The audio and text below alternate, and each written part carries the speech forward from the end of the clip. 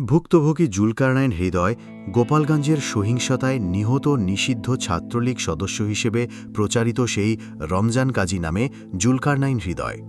তিনি বলেছেন তিনি বেঁচে আছেন এবং বাড়িতেই আছেন। তার মৃত্যুর খবর নিয়ে অপপ্রচার চালাচ্ছে ছাত্রলীগ। বিষয়টি নিয়ে তিনি খুব বিব্রত বোধ করছেন, কারণ তিনি একজন জুলাই যোদ্ধা এবং বিভিন্ন জায়গায় আন্দোলনে অংশ নিয়েছিলেন। তিনি বলেছেন তিনি কোনো দলের সঙ্গে যুক্ত নন, সাধারণ একজন স্টুডেন্ট এবং বৈষম্য বিরোধী ছাত্র আন্দোলনের সিরাজগঞ্জের জেলার সদস্য। বৈষম্য বিরোধী ছাত্র আন্দোলনের সিরাজগঞ্জ জেলার যুগ্ম আহ্বায়ক মাহবুব আলম সাকিব বলেছেন, হৃদয়ের বিষয়ে যে খবর প্রকাশিত হয়েছে তা মিথ্যা।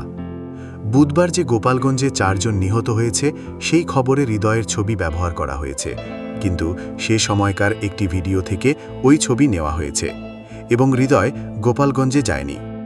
হৃদয়ের বাবা আক্কাশ আলী বলেছেন, বিভিন্ন সোশ্যাল মিডিয়া থেকে ছবি নিয়ে তার ছেলের ছবি ব্যবহার করা হয়েছে। তিনি প্রধান উপদেষ্টার কাছে প্রতিবাদ জানিয়েছেন।